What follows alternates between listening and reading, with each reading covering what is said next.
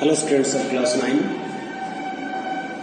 Today we are going to study about a certain type of viral disease that is called rabies.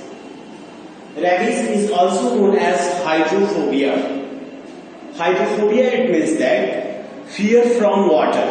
The patient who is suffering from that particular disease or develop a fear according or towards the water, and they don't want to go near the water, they don't want to drink water, and so as due to which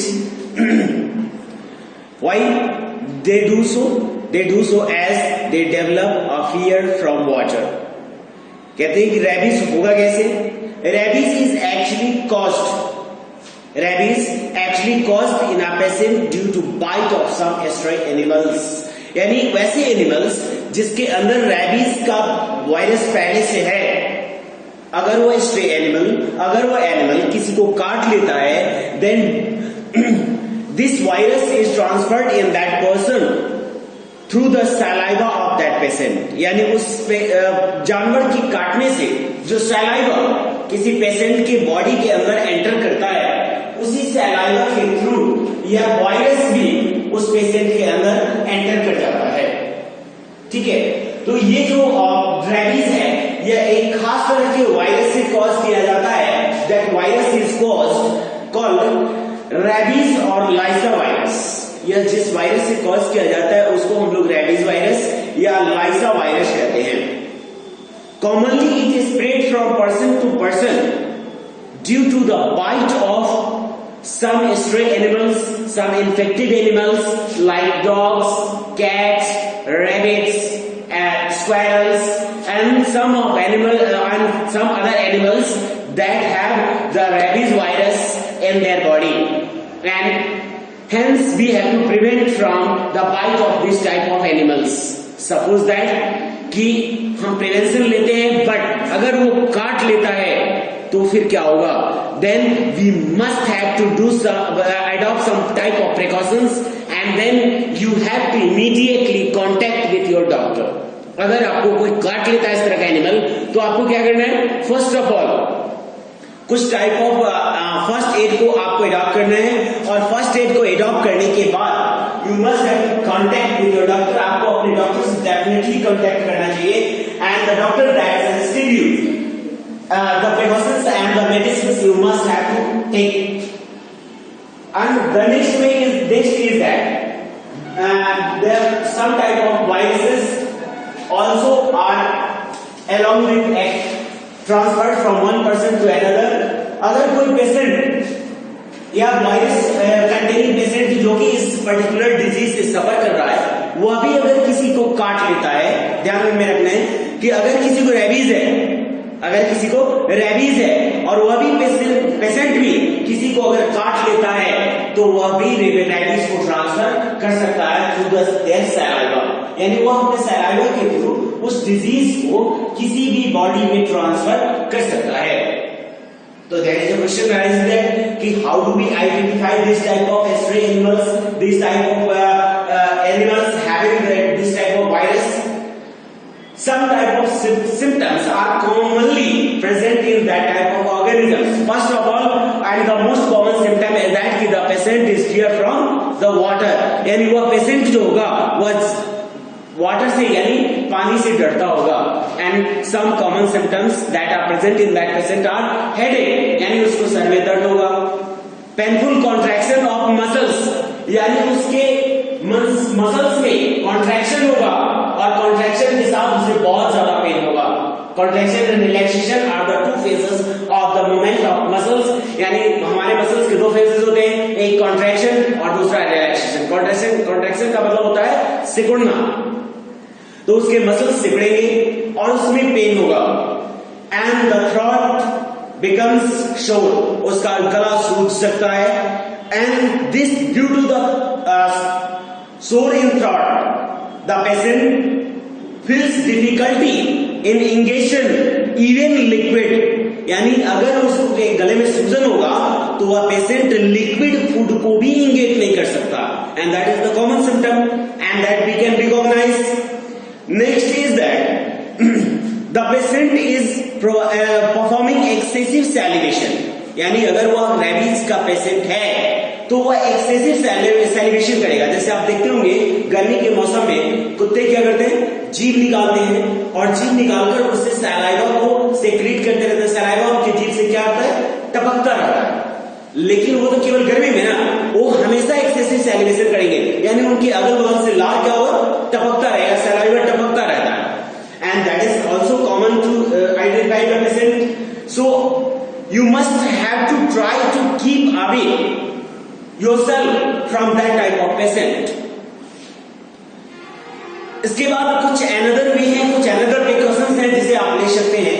And the precaution is that कि अगर कोई काट लेता है animal, ठीक है, तो इसके बाद आपको क्या करना है, तो उस पर्टिकुलर बाउंड एरिया जहां पे वो काटता है उसको आपको फर्स्ट एड में क्या करना है कि you must have to wash that affected area with carbonic soap.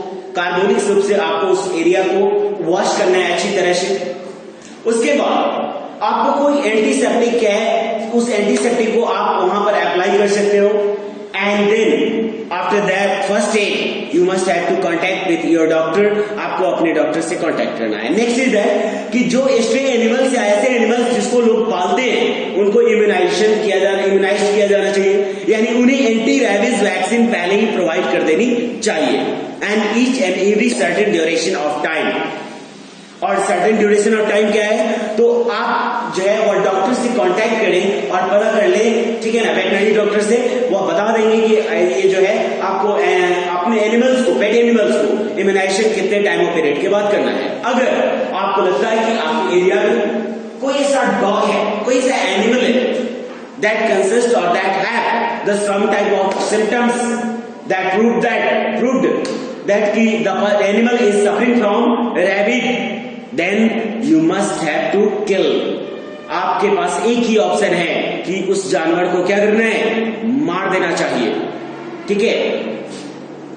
Next है कि चलिए इस सारे प्रिकॉशन, सारे प्रिवेंशन को लेने के बाद भी अगर कोई डिजीज पेशेंट जो है वो सफर करने लगे तो उसके पास कौन सा ऑप्शन बचता है, that Pasteur's treatment. This treatment is developed by scientist known as Louis pasture.